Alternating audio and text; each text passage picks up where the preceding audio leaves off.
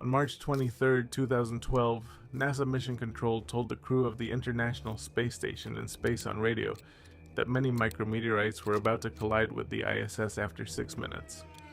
This radio message shook the entire ISS. Astronauts had so little time that they could not even change the direction of the space station during this time. But the question is that the part of space where the ISS is located, there are countless micrometeorites. So how does the International Space Station, i.e. the ISS, get rid of these meteoroids? To change the direction of the ISS as much as 380 vehicles, how is this work done by taking help from without fuel and without Earth? How was an ISS as big as a football field taken into space from Earth? And when ISS is on the other side of the Earth, how is it contacted? Viewers. The ISS is a house of humans in space that is prepared with a cost of $150 billion or 12,375 billion rupees, whose example is nowhere to be found in history. Hundreds of high-tech parts have been used to make it.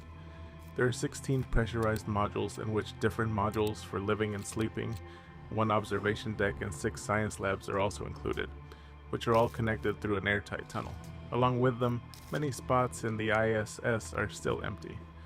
To park some extra capsules, some of the ISS lifeboats are always parked, so that if there is an emergency, these lifeboats can safely bring the astronauts to Earth. The International Space Station is the largest space station ever built. The ISS is as big as a football field. It is 400 kilometers away from Earth, but it can still be seen from Earth with the help of binoculars, or if you want to estimate its size from a real-life object, then think of it as the bottom of Burj Khalifa, or as big as its base, International Space Station. The total weight of the ISS is 460,000 kilograms. This is the same weight as the weight of 380 cars or 25 passenger buses. But the question is, how did such a big and heavy ISS go into space? The ISS started with only 2 modules, and they were both connected to each other in space. One module was made by America and the other by Russia. After the collapse of the Soviet Union in 1992, America and Russia collaborated, and both superpowers together decided to build an international space station in space. First, Russia sent a module called Zarya into space, and then the United States followed it. Flying at a speed of 27,000 kilometers per hour, Unity followed Zarya. On 20 November 1998 at 6:40 a.m., these 2 modules connected from 400 kilometers above the Earth, and this is how the International Space Station was born. Since then, in the last 26 years, engineers from all over the world have joined forces to make their own modules and send them into space via rockets to connect with the ISS. Today, apart from the US and Russia, European and Japanese modules are also connected to the International Space Station.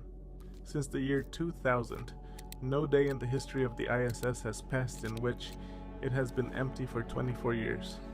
Every time astronauts from any country are present in it. To meet the needs of the astronauts inside the ISS, all those facilities are present, which should be in any superstructure, in which oxygen is the most important. A person can live without food for 3 weeks, without water for 3 days, and without oxygen for only 3 minutes. 400 kilometers above the ground, where there's no atmosphere or oxygen to breathe, the biggest challenge for ISS is to provide fresh oxygen to astronauts. An average person needs 15,000 liters or 22 kilograms of oxygen a day. For the 9 astronauts living in the ISS, providing 200 kilograms of oxygen a day is really a big challenge. Here, for astronauts, oxygen supply for many days is present in the tanks, so that if the system fails, the oxygen supply from Earth to the rockets is enough for the astronauts to stay alive. Today, technology has become so advanced that oxygen supply can be delivered from Earth to ISS in just 6 hours, but only if the rocket launch is successful in that condition. This is a good way, but it is very costly, because a cargo rocket costs $200 million to go from Earth to ISS, 1,650 crore rupees. Food and other supplies are sent once in several months, but to meet the 200 kilogram oxygen demands of the day, it is very difficult to use rockets again and again. That's why the ISS makes its own oxygen without dependency on Earth.